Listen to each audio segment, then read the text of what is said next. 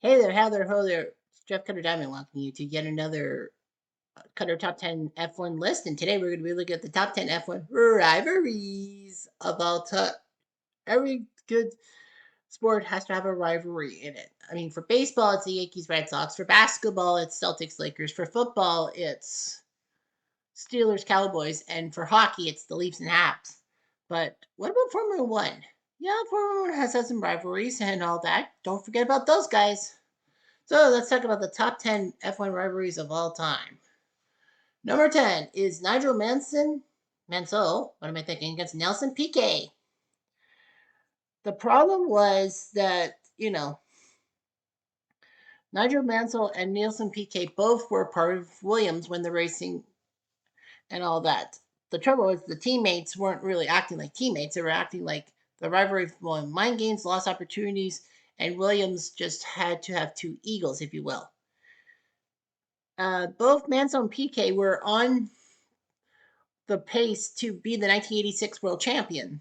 Unfortunately, though, Piquet fell flat early, and then Nigel Mansell with that famous tire blow in Adelaide in Australia. And Murray Walker said, "Will you look at that?" And then Alan Prost won. But Mansell and Piquet doing quite well. It was always going to be a good Brazil England battle, soccer wise, but whatever. Number 9 is Sebastian Vettel, Mark Webber. It's Germany versus Australia. You don't really see Australia, Germany having rivalry in anything else. Nevertheless, Red Bull had a problem. These two teams, these two drivers, Vettel and Webber, were on the same team. Red Bull, of course, before one Max Verstappen, Cutter, what are you saying? Did that. So anyway, Red Bull had the multi 21 controversy in Malaysia in 2013 that, if I remember right, something about team orders, but I might be wrong. The strain of a team trying to manage two fiercely competitive drivers. Sometimes teams can't really have two fiercely competitive drivers on one team because basically they're going to go after each other and forget about the team spirit. So, yeah, Vettel and Weber going toe to toe. Vettel was the more prominent one, Weber was decent too.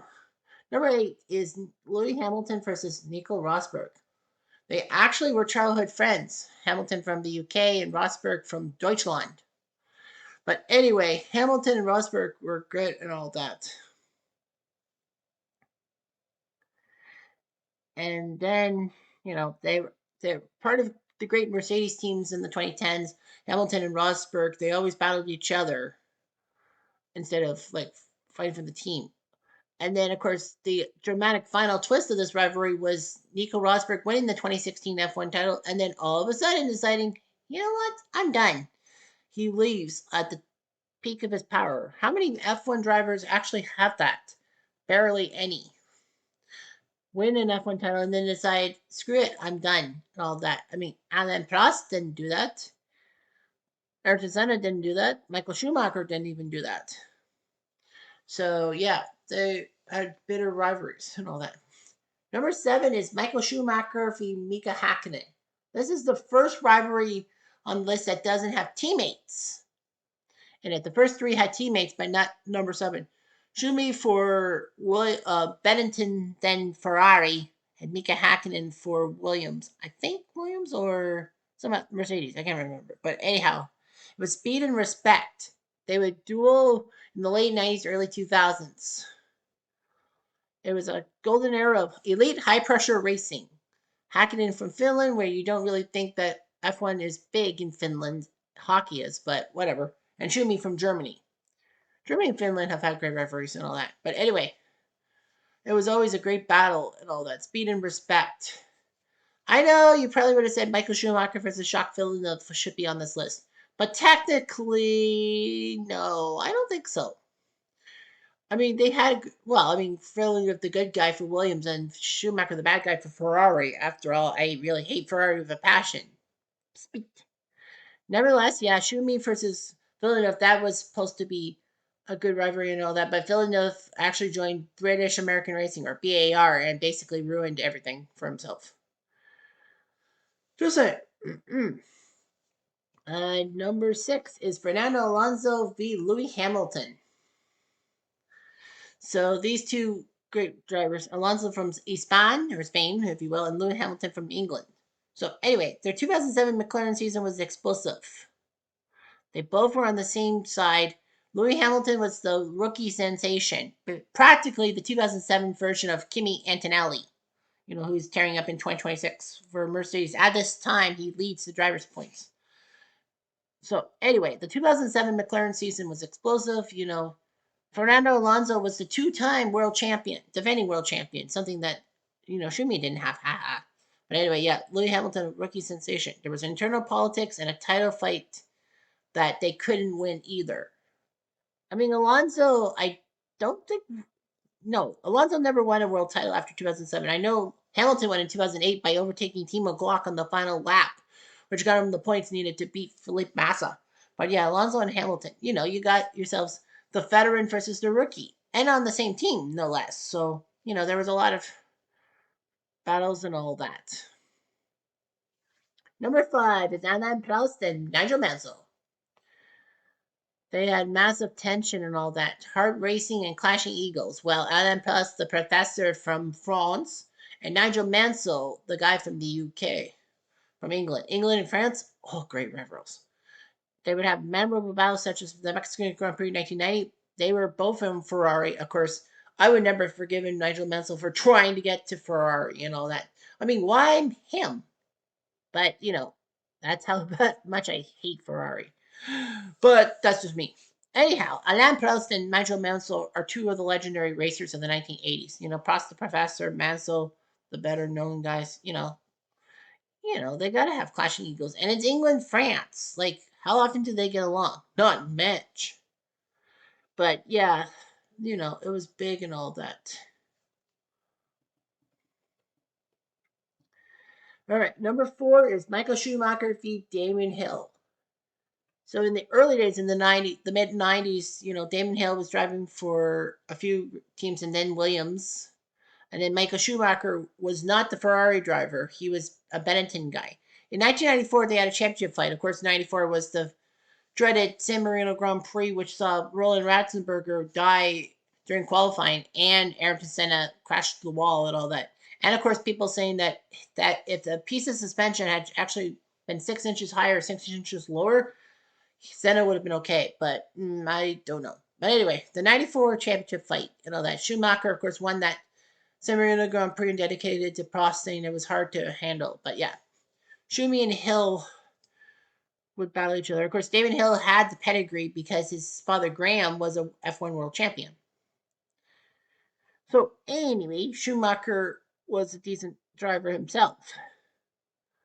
Schumacher would bonk into Hill purposely in a collision in Australia and Adelaide, and Schumacher was given his first title. It was a massively debated moment. Worst part was 3 years later, Schumacher would do it again, 97 at the European Grand Prix in Spain, trying to do the same thing to Jacques Villeneuve. Only problem was Schumacher actually hit Villeneuve on the wrong side of the car and knocked himself out of the race. Villeneuve limped on for third place, but it didn't matter. Well, basically, the F1 said, well, fool me once, shame on you. Fool me twice, fool me once, shame on me. Fool me twice, fuck you. That's the way it should be. Schumacher not only didn't win the F1 race, he was actually disqualified for the whole season. So all his 97 stuff, well, his points were taken away in 97. They didn't get rid of his race wins. They practically said he was ineligible to be second place. And Schumacher had to do some kind of European safety blitz to get back to F1. Haha. So there's your right, bitch. Number 3 is one from the 70s, Niki Lauda versus James Hunt. There's a famous movie about this. I'm going to have to search through my stuff. If I can. Sorry, my computer's not cooperating. Nothing's cooperating today. Yeah, things just don't like to cooperate. But anyway, yeah, the 1976 season was everything. What is that movie about the 1976 season? I say Drive, but that can't be right. Rush. Aha! 2013. if you haven't seen the movie Rush in 2013 about the 1976 season, what the heck are you doing?